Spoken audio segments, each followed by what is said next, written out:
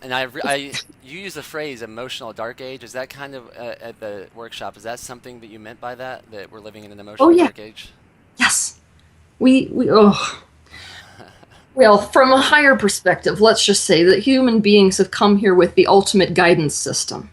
So, regardless of whether you're New Age or whether you're Christian or whether you're Buddhist or whether you're Islamic, we all have to acknowledge the fact that human beings on this earth have an internal guidance system that is felt. That's how it comes across.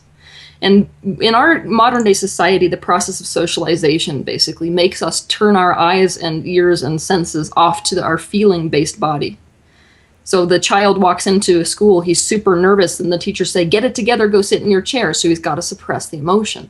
So we value the suppression of emotion much more than the acknowledgement of emotion. And it works for socialization. You will have an individual who is able to override their emotional systems and do whatever you want them to do. But that individual has a very difficult time navigating themselves through life and knowing what's right for themselves.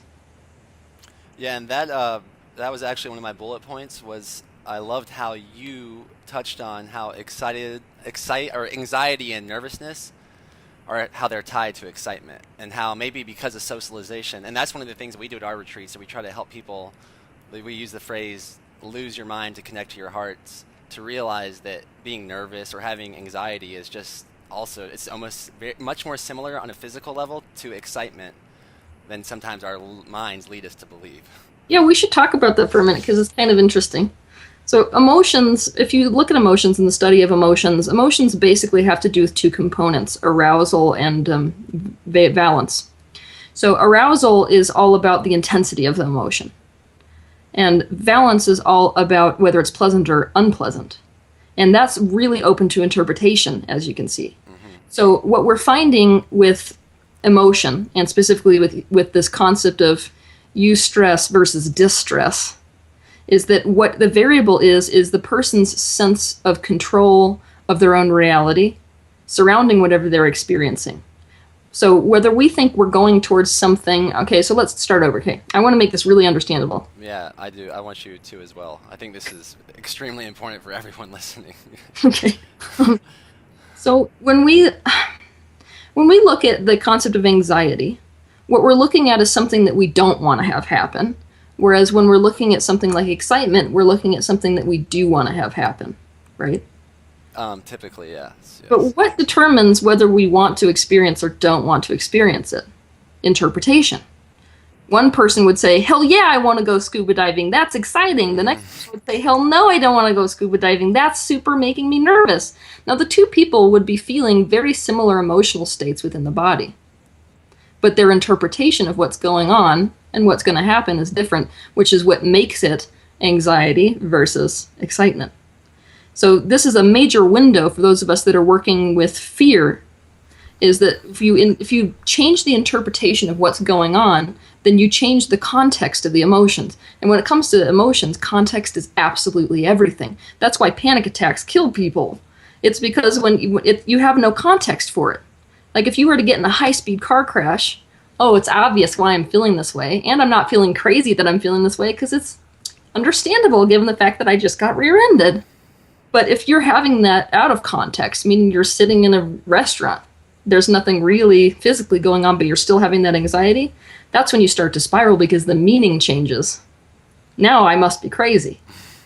That's how emotions get worse or better. So there's a lot of leeway when we're looking at our interpretation of the states that we're feeling, or our interpretation of whatever we're going towards, that changes the consistency and flavor of our emotions. And for me, I think through all of the practices that we've done, I've actually really enjoyed what most people, I imagine, would call anxiety or being uncomfortable. We've actually coined this phrase. It's actually fun comfortable. And that's what I was doing that day. I was trying to explain on stage that I wasn't even sure exactly what I was doing up there, but I know I was excited. Like I knew my heart was beating.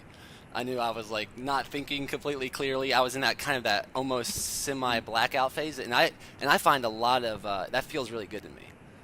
I almost sometimes wonder if I'm like an uncomfortable or a fun comfortable addict. See, Um, some people would interpret that as very uncomfortable. So you are very good at interpreting emotions in a positive light instead of a negative light, which is probably why you're doing successful work at teaching people how to switch the meaning of the experiences they're having. And do you have any advice? Like if you come with someone and they're very panicky or they're that's so awkward. Like when I hear someone say awkward, I'm like, okay, you're feeling awkward, and like it's not that the room is necessarily awkward. That's what they're feeling. It's like a projection. So people that are just prone to what they would call anxiety, or they can't handle panic attacks. Do you have any advice for the person that's dealing with that? Well, I have tons. But I take a very different approach than most people do. The majority of people try to educate them in the direction of positivity. I take them in the entire other direction and go digging around in their shadows, basically, for what it is that really caused the root of that anxiety, so that they can learn how to soothe themselves. We go all the way back to the root of the anxiety to do that. And that's a lot of times what you were, what a lot of people in the psychology field allude to. Would you call that inner child work? Yeah, it ultimately ends up in inner child work every time, yes.